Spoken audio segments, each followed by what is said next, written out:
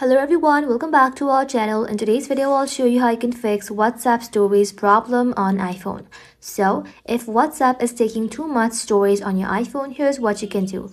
Open up your WhatsApp application and just like that, log in to your account. Once logged in, simply tap on your profile icon, scroll below and just like that, simply tap on storage and data.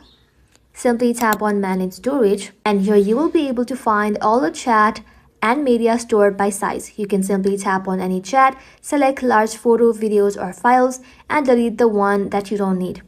After that, head back to your settings again and then under media auto download, set it to never or Wi-Fi only. This prevents WhatsApp from automatically downloading large files.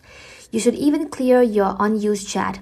In the manage storage section, you can simply remove forwarded files and large file media in one tap. If your storage is still full, head back to your home screen, open up settings. Inside settings, you need to go and simply tap on general, tap on iPhone storage, and then check how much space WhatsApp is using. Restart your phone to refresh storage indexing. If nothing helps, back up WhatsApp to your iCloud, then delete and reinstall the WhatsApp app. This often clears cached storage.